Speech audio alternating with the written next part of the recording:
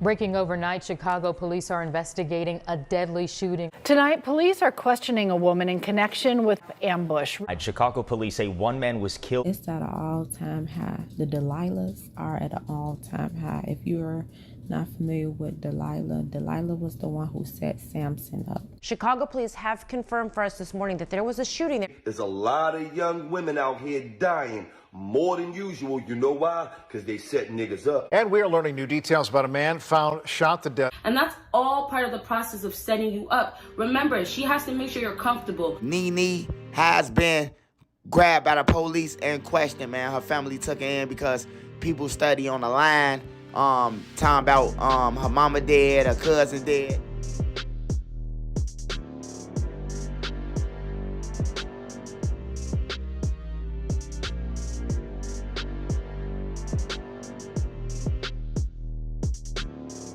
The tragic death of 18-year-old Assyrian Hogan, a.k.a. Lil Scoom89, shocked the drill rap scene in Chicago, Illinois. Lil Scom was fatally shot late on Sunday night, July the 7th of 2024, in a violent murder that unfolded at 89th and Langley, a grimy neighborhood that's sadly familiar with such incidents. Lil Scom, who was no stranger to the streets, was a known associate of Bloodhound Lil Jeff, another Chicago drill rapper whose claim to fame was robbing for watches and embellishing the 11 hats that he allegedly had under his belt.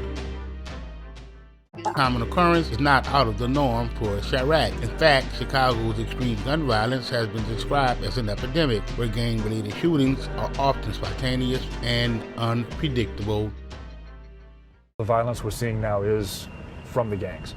Sergeant Matt Little leads one of the teams in Chicago's gang enforcement unit. There are about 200 such officers in the city versus 100,000 gang members. When there's a shooting, we'll respond to the shooting. We'll figure out where we believe the most likely area for retaliation is, and we'll work that area trying to both prevent retaliation and possibly build a case. The FBI Chicago Division, working with the Chicago Police Department and other agencies, has undertaken significant measures to address the problem. These are the details of what took place before, during, and after the murder of Lil Scoom89. Monday, July the 8th of 2024, Channel 3 Now reported that the 18-year-old Assyrian Hogan was struck during a shooting at the intersection of East 89th Street and Langley Avenue on Sunday night.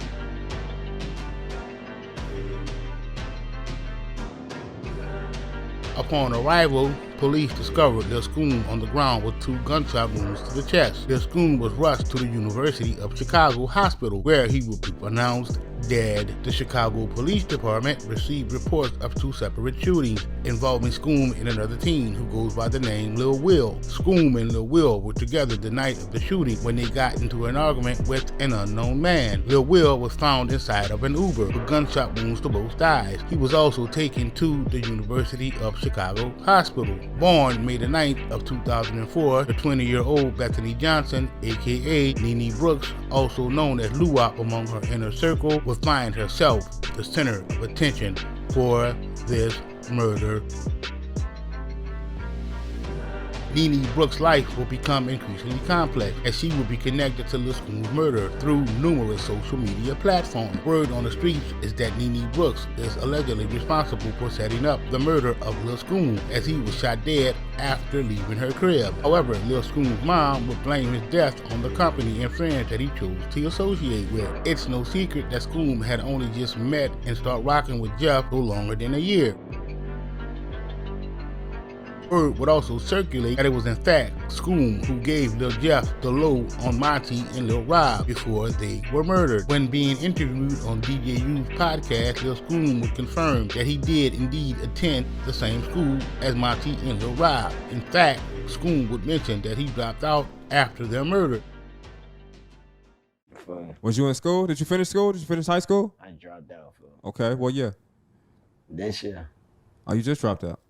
Yeah. You supposed to be in school right now? Yes. Damn. I'm supposed to graduate it. I was locked up. I ain't even go to prom. Okay. That's fucked up though. I want to go. I ain't gonna say like I want motherfuckers to go to school, graduate and shit. I want that. I wanted that shit. I ain't gonna lie. So you just dropped out this year? Was this year your senior year? Yeah. Okay. That's dumb as hell.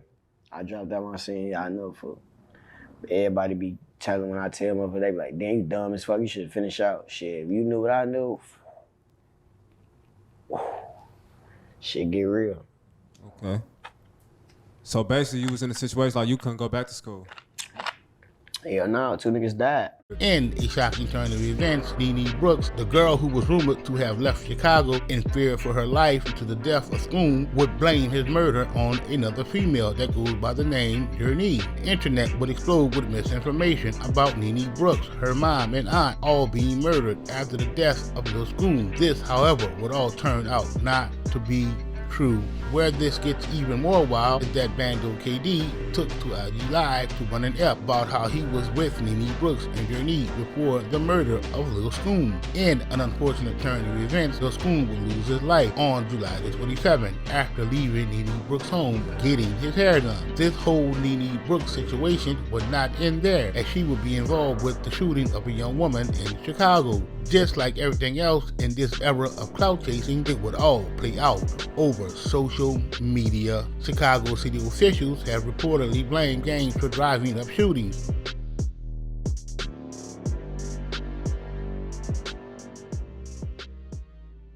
Individuals who are causing chaos in this city will be held accountable. It's just that simple. We're not going to tolerate it.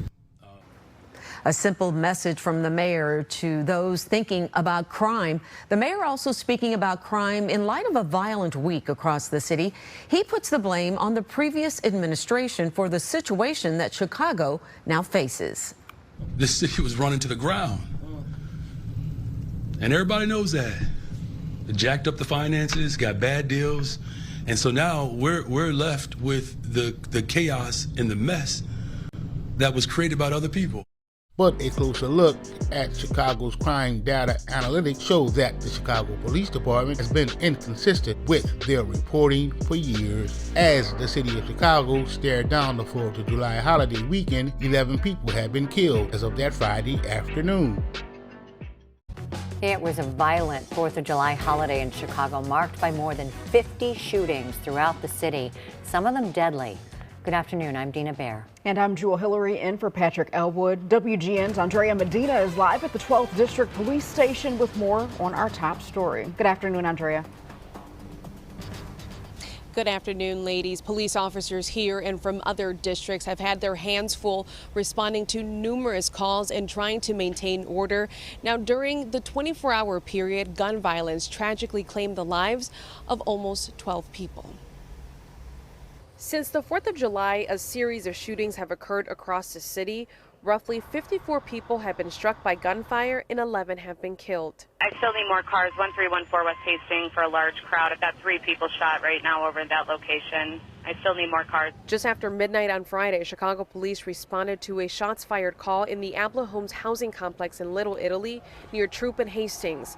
According to CPD, there was an exchange of gunfire between 2 unknown suspects who then ran from the scene. 8 people were shot, 5 women between the ages of 18 and 74, and 3 men between 23 and 36 years old. Injuries range from gunshot wounds to the leg, head, back, knee, and groin. 7 of the victims were taken to the hospital, and all are expected to be okay.